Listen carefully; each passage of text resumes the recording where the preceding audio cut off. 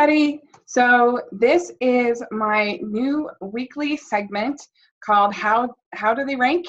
And this is each week I talk about movies, the new 2017 releases that I saw, and I talk about how they rank and give you an idea kind of what my top 10's looking like, what my bottom 10's looking like, because these things move around, they're fluid, I change my mind, and I just think it's fun for you guys to be part of this process and see how my brain works. So this is really fun. I saw 4 new releases of this week, and so I have 4 to talk about. And let's talk about where we were last week. Last week, I had my top 10 was number 1 was Step, number 2, Wonder Woman, number 3, The Big Sick, number 4, A Silent Voice, number 5, The Girl Without Hands, number 6, Personal Shopper, number 7, War for the Planet of the Apes, number 8, Get Out, number 9, Dunkirk, and number 10, Bahubali 2, The Conclusion. Bottom this week is King Arthur at number 10, Lady Macbeth at number 9, Gifted at number 8, The Circle at number 7, The Book of Henry at number 6, Transformers The Last Night at number 5, The Dark Tower at 4, The Emoji Movie at 3, Spark: A Space Tale at 2, and The Glass Castle at 1. So that's where we were going from. And so let's talk about the movies that I saw this week. This one we're going to talk about is Ingrid Goes West. This is a very indie week that I had this week.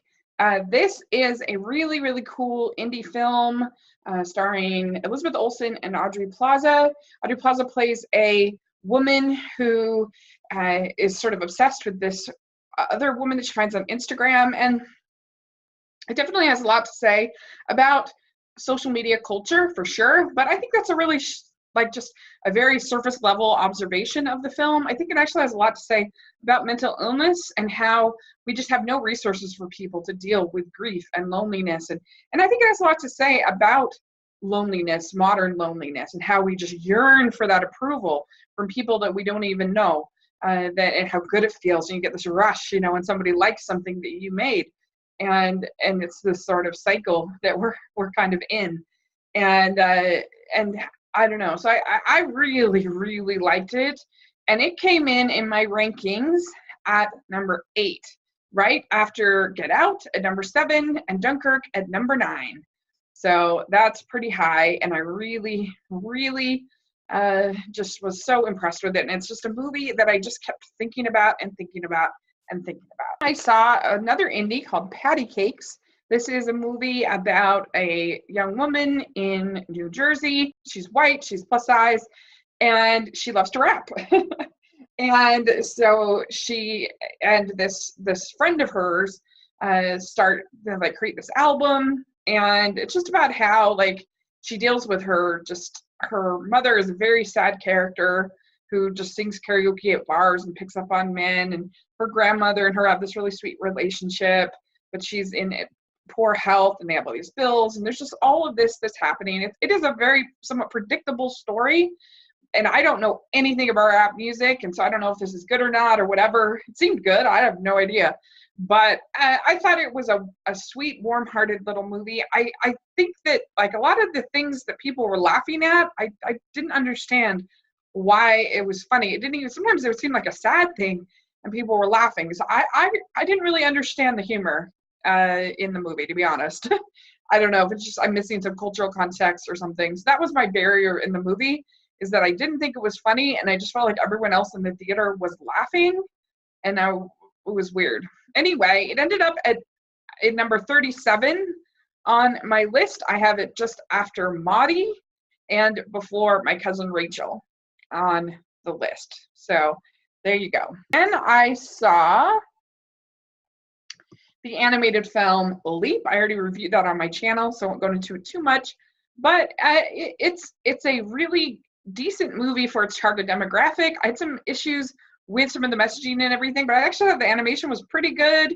I thought that for its target demographic, they'll enjoy it. But it ended up kind of midway my list. I have it at number 58, and oddly enough, I have it just after Rock Dog and before Despicable Me 3. So in a animation lump. I liked all 3 of those movies about the same. So there you go.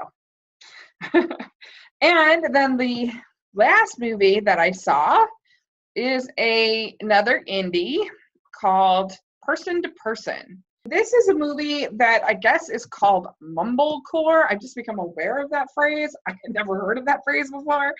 And it's kind of like Noah Baumbach style kind of writing. It's just, or sort of maybe like Woody Allen in his phase kind of thing.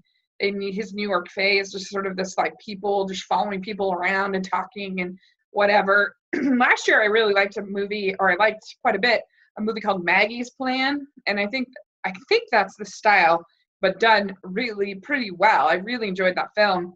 But this I didn't really care for. I just didn't find any of the characters likable. It's called Person to Person.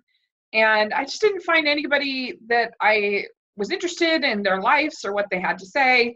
And so it didn't really work for me. I think the performances are fine, but I don't know. I just found them all kind of bratty, so I didn't really care for it. So it's at number 61 on my list, right in between The Yellow Birds, which was a movie I saw at Sundance. I don't even know if they're going to release that. I haven't heard anything about it, but it wasn't that good, so no big loss. And in between A Dog's Purpose at 62. So that's where Person to Person ended up. So that's how it ranked. So let me show you my new top 10 and new bottom 10.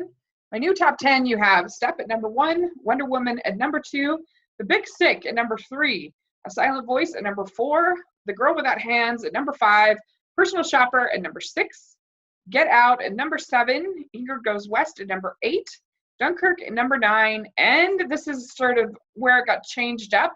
I decided to move Brigsby Bear up to number 10 because it's a movie that I just keep thinking about, and I just really love it the more and more I think about it. And like some of the pacing issues just don't bother me as much. It's just one of those ones that I has really improved.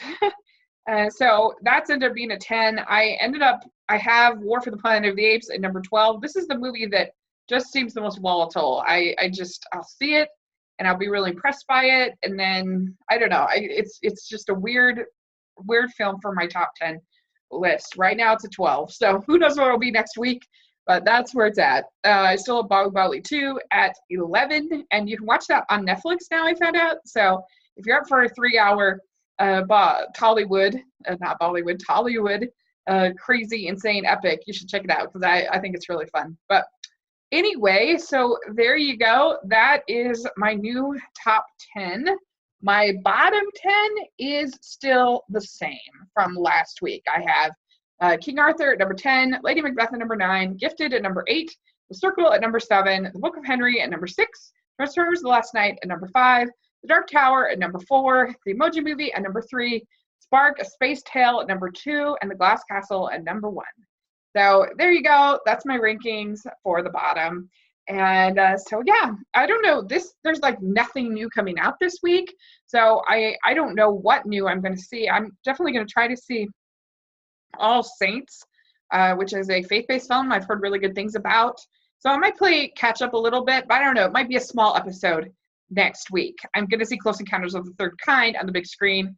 So that will be really fun. I'm really excited for that. So anyway, let me know what you think of my rankings. If you've seen any of these indie films, these smaller films, I'd be curious to know your thoughts. So thanks so much. Please subscribe to my channel, and I will talk to you later. Bye!